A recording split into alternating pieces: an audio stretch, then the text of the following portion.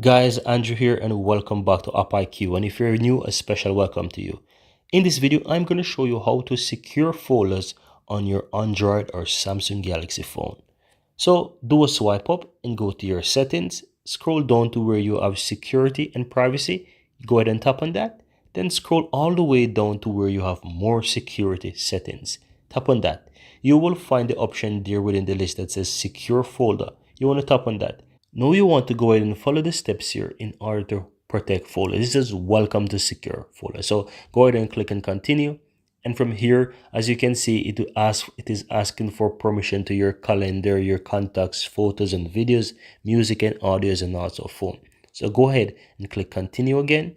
And here, as you can see, it is go ahead and creating a secure folder for you that you can add all that you need in order to secure things. So you just want to be patient and wait for it to create the folder. Now, once it is done, guys, you will see that you will receive a pop-up that says set a pin or password. Just go ahead and click on done.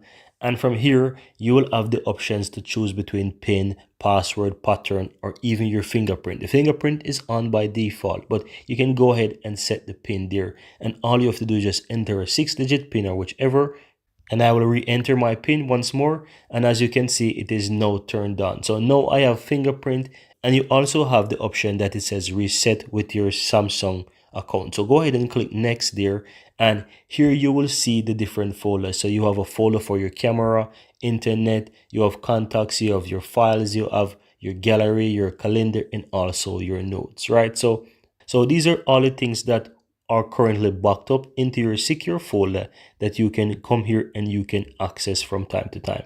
Now, once you create the folder, guys, all you have to do is just go ahead and go to your app screen and swipe across to where you'll find the secure folder.